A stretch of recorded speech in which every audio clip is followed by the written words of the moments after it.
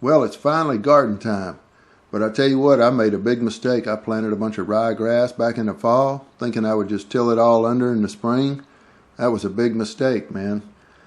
That stuff just don't want to go under. Springtime grass is hard to kill. But anyway, I did my best and kind of hit it with the tiller and hit it with the cultivator, hit it with the disc, and finally got my rows drawn. But then, man, here come the rain. So now it's finally dried up, and I believe I'll get to tilling.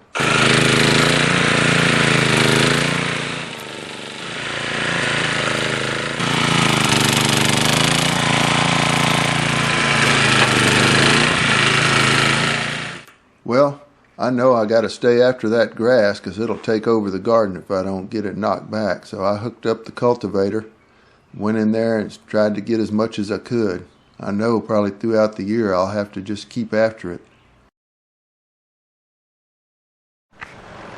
But you know what they say, you reap what you sow.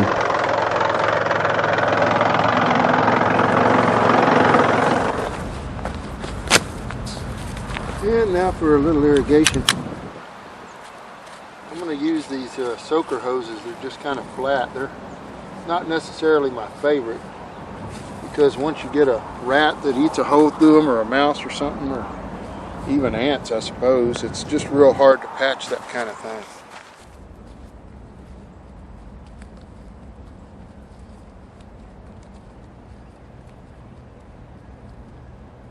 I have collected rainwater from some of those big old rains, and especially right before I plant, I want to get some of this rainwater and really make sure that those little cups are saturated real well. They'll slide out of the cup so much better if they're been freshly watered. It's planting time. Always try to plant your tomatoes very deep. We're putting these on 3-foot centers.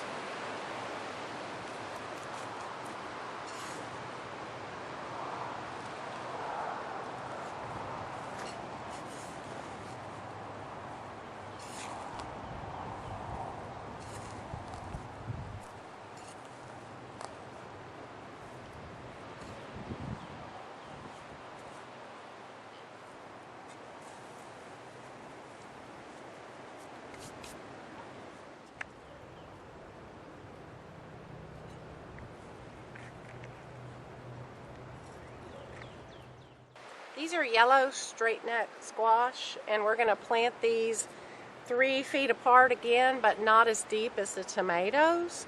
You're going to plant them right where they come out of the cup.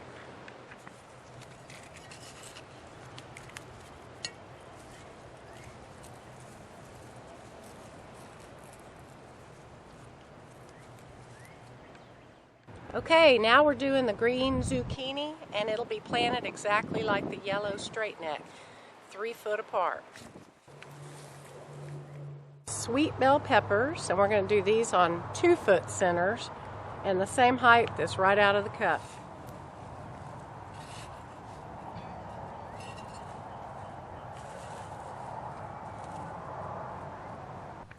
Now I always like to put the cucumbers in last, maybe even a week later than the other plants, just to kind of make sure that there's no cold fronts coming through or something. We can still get a little something in Easter that can knock these guys back a little, but they definitely like it warmer than anything else. So I went ahead and put up some cattle panels so they can climb up it. These are burpless climbing, and so they'll run up these. But that's kind of the last plant to go in. Maybe the melons. If I decide to put in some melons, I would put those in from seed here around about Easter time. Make sure that they all get off to a good start. I'll take just a small handful of triple 13 and just kind of make a little donut around each plant. Then I'll take this little, just a bent piece of metal, 1/2-inch metal, that I put on a little hoe and clamped it on with some hose clamps. And it kind of helps dig down and get that fertilizer kind of distributed down into the soil. And it really, I think, helps boost these plants up after they've been in the ground for, maybe a couple of weeks. That's when I hit them with a little bit of fertilizer. And then, of course, you want to make sure to water them in good after you do something like this.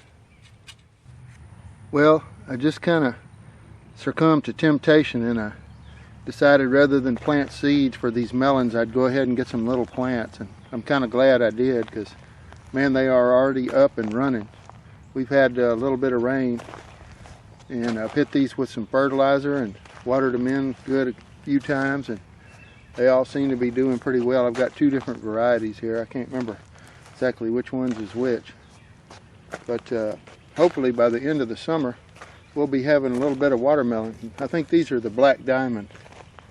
But anyway, I probably could do a better job of getting some of the grass off of this. I planted this row on the outside of the garden, and I have to run in here with the mower one more time, or maybe a couple of more times before they get all their runners out. But anyway, hopefully we'll be eating some watermelon before it's all over. Now I've got this little Orbit's kind of a controller for the irrigation system. Right now I've just got this one line coming into it, and just after I get them all planted, I'm going to hit this manual button, and it's going to water all the stations, but it's only one station. So anyway, it's going to water it for 10 minutes. That's what I have this set for, 10 minutes for every other day, 8:30 in the morning. So we'll go ahead and here's my station that's watering over here. I've got, I don't know, 4 of them right now, but only one of them's really hooked up.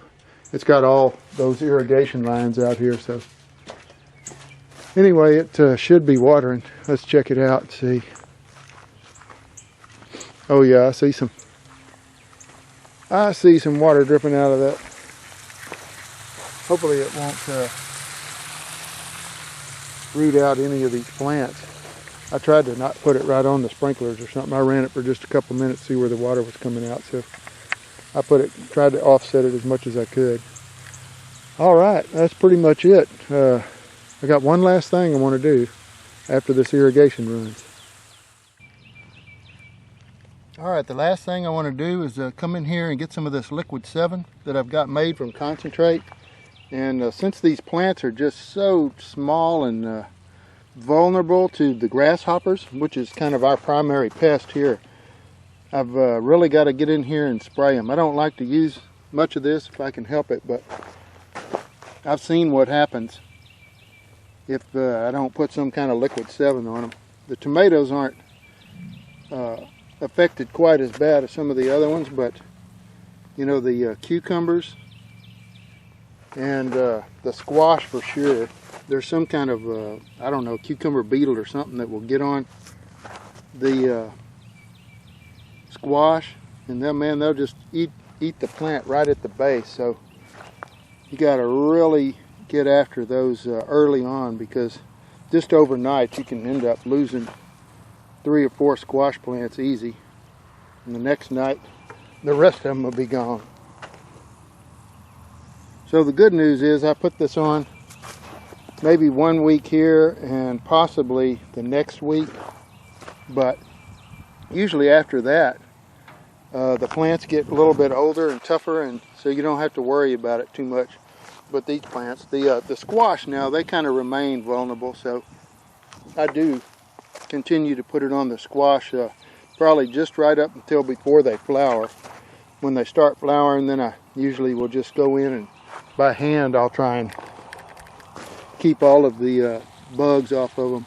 You can kind of turn the leaves over and take a good look at each plant, and oftentimes you can find where they're laying eggs or whatever on them, and if you can tear those eggs off and get them off the plant, you can do pretty good at keeping your squash alive. Okay, well, I think you've probably seen enough of this. Well, here's a 2-week kind of update report. The cucumbers are putting out their little tendrils and climbing up the trellis here, the cattle panel, and you might be able to see they are already starting to put out a little bit of cucumber buds there, so they're in pretty good shape. I also noticed over here the peppers are starting to put on a little bit of flowering. Not very much yet, because they really like it warm, but they're starting to show a little bloom. And then over here on the squash, I've actually got little baby squash that are already starting to show up over here, so I'm sure looking forward to having some stir fry with some of that. Because man, those summer squash are sure good. Really enjoy those. Well, that's the update from the spring garden. Hope you enjoyed it. I'll get back to you when some of those summer squash start coming in. And don't forget to like, subscribe, and share. Thanks for watching. Now, if I could just stay ahead of these weeds.